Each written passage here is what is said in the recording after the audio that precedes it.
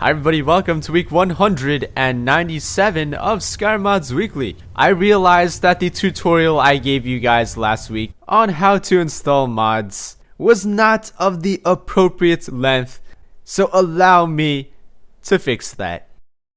Subscribe.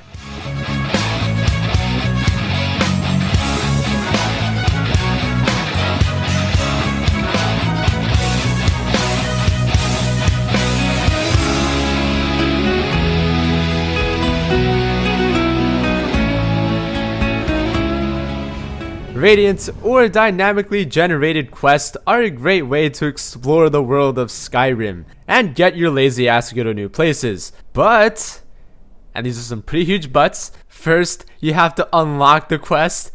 By what? Doing quest? What do I look like? An adventurer? Get the fuck out of here. Secondly, what do you expect me to walk to the NPCs? Who do I look like? The courier? Get the fuck out of here. What if I told you that there's a mod out right now that places an abundance of Radiant quests in the most conveniently located locations ever? I'm talking about Manny GT's The Notice Board. That's right, a variety of Radiant quests conveniently consolidated on beautiful notice boards outside of every inn of every town that matters. Think the notice board looks like crap? There's a mod for that too. The Notice Board Redefined by Fading Signal. So how the quests work is that there are a variety of quest types. For example, the rescue mission quest type will choose a random NPC and bring him to a random place, thus giving you an incentive to go to this place. The mod also adds wandering mercenaries.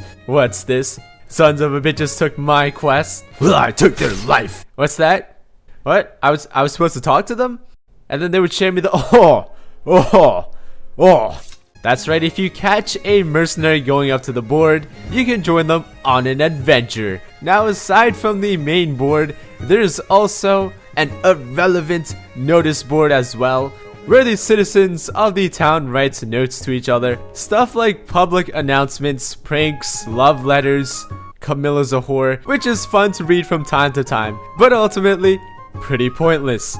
They were adventurers, just like you. But one day, they stepped into a crypt, and they went in way over their heads. This is Hateful Wench! By the man that brought us immersive wenches as well as deadly wenches. So now, wherever you would expect just Draugr, you're gonna get a very slewdelicious surprise in the form of a hateful wench, which actually take the form of two types of wenches. And did I forget to mention, this is probably the most confusing mod you will ever download. So there is a 50% chance that either an insane wench will spawn or a regretful wench. Insane wenches are like kamikaze fighters. They run up to you and then blow up and die.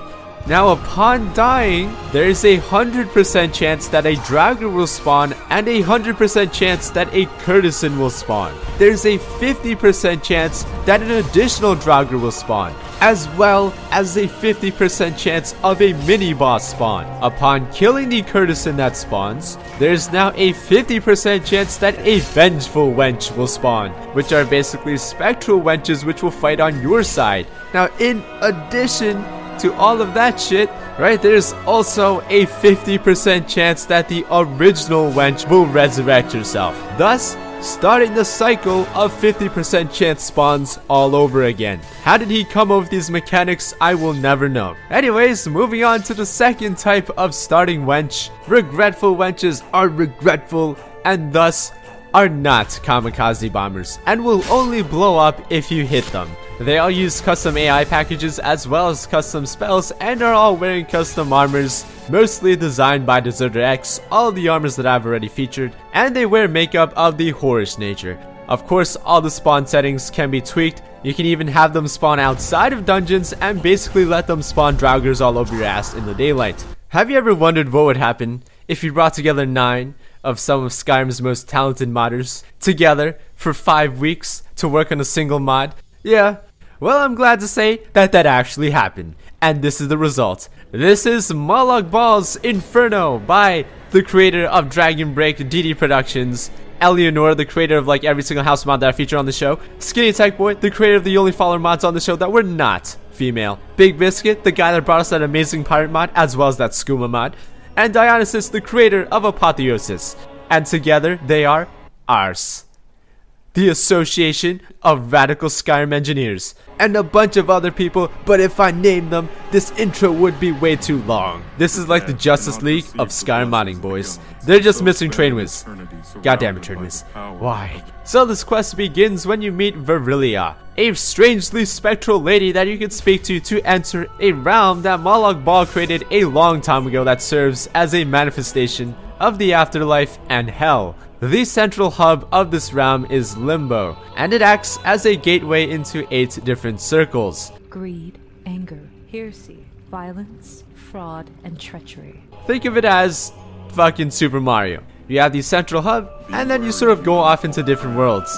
If you desire to be my champion in this realm, prove your worth. Here you can murder giants, harmless jellyfishes, harass the souls of the dead, and even exchange souls that you get in this mod for new items, potions, weapons, armor. To reach these worlds, you enter these magical gates powered by greater souls that can be obtained from killing the boss of each world. Each world has a theme in mind. For example, greed is obviously all about money, and it literally is sort of a hell for people who are greedy. Grabbing money here punishes you hard. The more money you grab here, the more enemies spawn.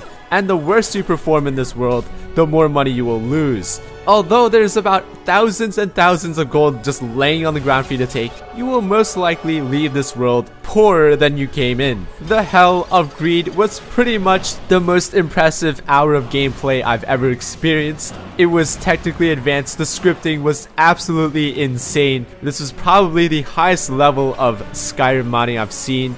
And you can probably already tell that this one was made by Big Biscuit because of the pirate section. Like you could tell that the world of Heresy was created by Dionysus because of the amazing lighting that was also found in his mod Apotheosis. Every single world is incredible and incredibly unique. They're so different from each other. They all have their own mini story, which is told through either a memory crystal, a recording of the thoughts of the last mortal to enter this realm. This circle is a place of lies and trickery.